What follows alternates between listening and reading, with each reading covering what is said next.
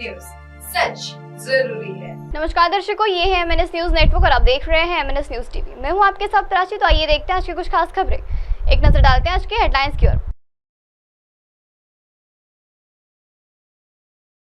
जमीन के विवाद में मां बेटे की हत्या, पिता घायल, आरोपी हुआ गिरफ्तार। चौकीदार की हत्या से शौक, बिजली गिरने से किसान की हुई मौत। आइए देखते हैं खबरें विस्तार से।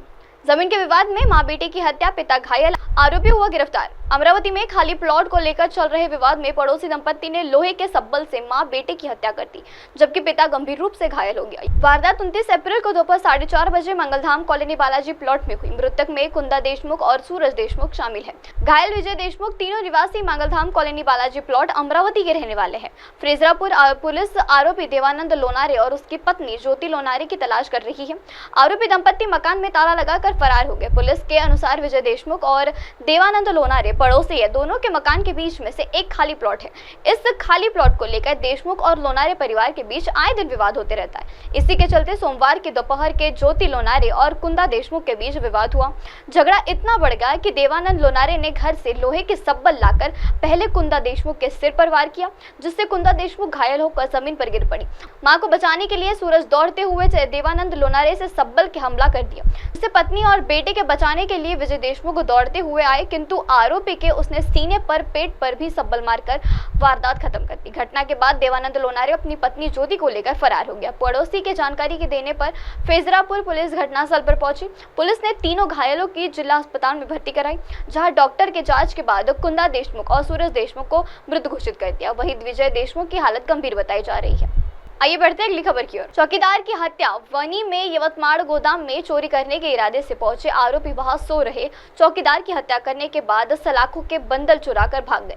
यह वारदात सोमवार की सुबह उजागर हुई। मृत चौकीदार का नाम जीवन विठल झाड़े, ओशानी तहसील रालेगांव का बताया जा रहा है। इस घटना की जानकारी मिलते ही वनी ने उप विभाग पुलिस अधिकारी गणेश, केंद्रीय थानेदार अनिल बेहरामी मौके पर पहुंचे। तत्पश्चात पंचनामा कर चौकीदार का शव पोस्टमार्टम के लिए वनी ग्रामीण अस्पताल भेजा गया। जानकारी के अनुसार समेट गोदाम से लेकर लोहा व्यापारी 14,000 सुरेश सिवरकर की सलाखों और का वर्नी की भी चुराई ली गई। यवतमाड़ रोड पर पोलसवारी फाटा के पास सीमेंट यार्ड के रोलेगांव तहसील के आश्रोनी के जिले विठल झाड़े पिछले 10 वर्षों से सिवसर के सीमेंट गोदाम में चौकीदारी के रूप में काम करते थे। जीवन अपनी पत्नी के साथ गोदाम के लिए कमरे में रहते थे। रविवार की रात जीवन की पत्नी काम करके गांव लौट रही थी। जीवन गोदाम के बाहर चारपाई पर सो रहे थे। इस दौरान चोरों के इरादे से वहां पहुंचने आरोपी ने जीवन सिर के भारी वस्तु से वार कर दिया। उसी के बीच उनकी हत्या कर दी। उनके बाद आरोपी गोदाम के पास लोहे की चैन से बंधे 14,000 रुपए कीमत के सलाखों के 4 बंडल गाड़ी में भरकर ले गए। इस दौरान आरोपी ने गोदाम में लगे सीसीटीवी कैमरे में तोड़ दिए। सोमवार की सुबह गणेश ट्रेवल्स की दीवानजी ने गोदाम मालिक सुरेश सिवरकर को जानकारी दी। सुरेश विवस्कर की शिकायत पर पुलिस ने मामला दर्ज किया है। आइए बढ़ते हैं अगली खबर की ओर। बिजली गिरने से किसान की हुई मौत। पांडरकौड़ा में रविवार की शाम 5:30 बजे से केलापुर तहसील में तेज हवा और बिजली चमकने के साथ बेमौसम बारिश हुई। इसी तरह आकोली खुर्द में शाम 6 बजे के करीब एक घटना घटी, जहां खेत में कचरा जलाने गए किसान पर आकाशीय बिजली गिरने से किसान की मौत हो गई। यह बिजली गिरने के किसान यादव बापूराव शास्त्री की मौत हो गई।